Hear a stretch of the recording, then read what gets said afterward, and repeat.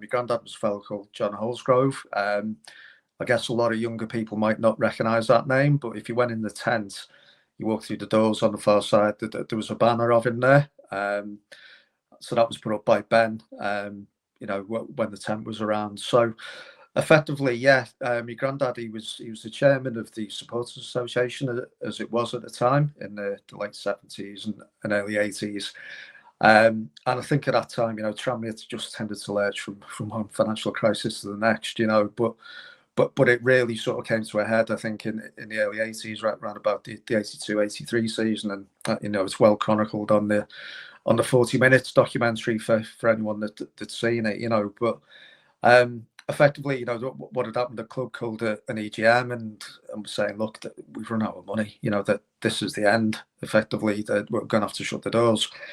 And the fans got together and they weren't having that really. And my granddad sort of led the Supporters Association as it was at the time, and he pulled together like this campaign called the Save the Rovers campaign. And I think one of the first things that he did, he called like a public meeting. And I think, to be fair, they were expecting like one man and his dog to turn up, but a lot of people turned up, and the original plan was going to have it in the old VP room at Prenton Park, but they ended up moving it out into the main stand, and there was a lot of people there, and I think that night, I think they raised maybe about 10 or 15 grand, which was never going to be enough to save the club on its own. But I think what it did do more than anything, it bought them a little bit of time to start with. I mean, that would have probably paid the wages for a week maybe back then, to different times. But more than anything, it raised the consciousness locally, and it pricked people's consciousness, certainly in the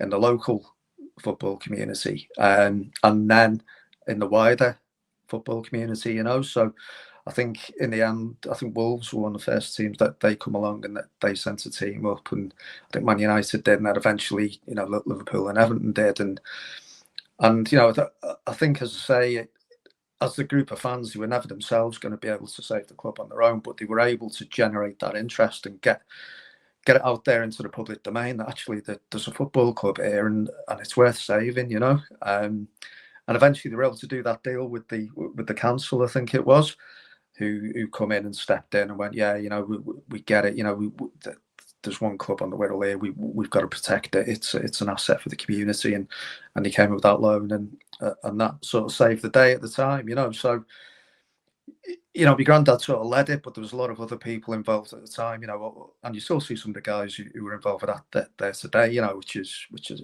amazing, really. And what those guys did at the time shouldn't really be underestimated. I don't think it's not too much to say that if it wasn't for them, I don't think we'd be having this chat now, Matt. But it was one of those sort of big pivotal moments, I guess, in the club's history, really, in the end.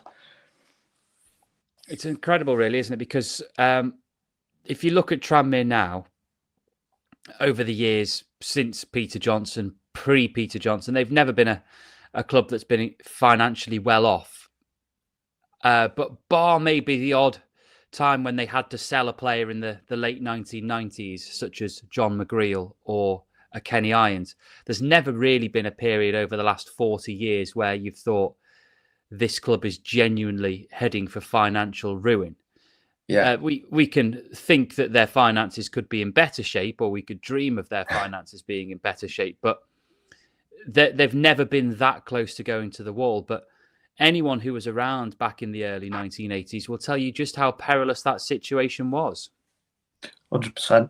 I mean, I was only a bit of a kid at the time and probably didn't really appreciate the gravity of the situation, But I suppose when you're that age, you kind of take it all in, and you remember stuff bizarrely from a long time ago, And I think I remember at the time looking at it, thinking, "This is serious," I'd been to watch Liverpool and Everton as a kid a few times, as you do, and they were probably two of the best teams in the country at the time, Liverpool and Everton in the early 80s.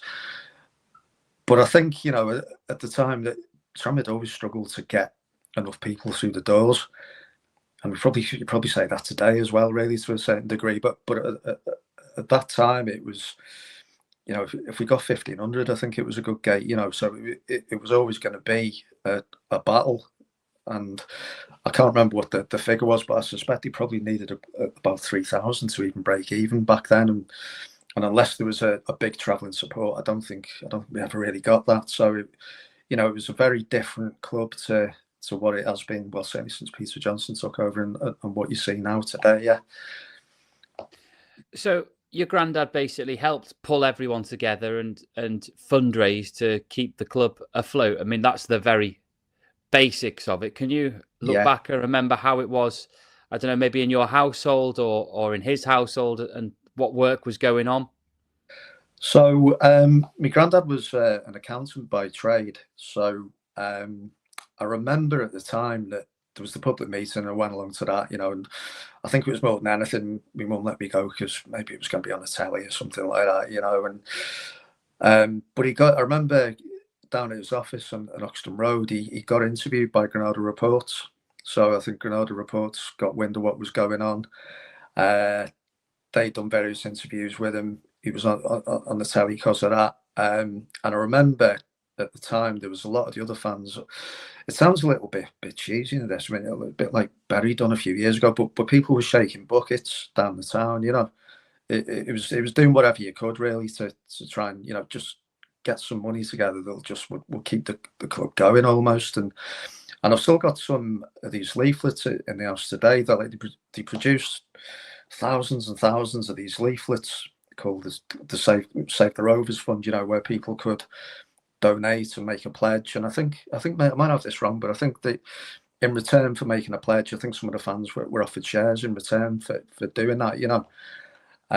So yeah, people are out posting these leaflets through letterboxes and all that kind of thing, really. Which it doesn't sound much, but I think it probably did make a difference back at the time.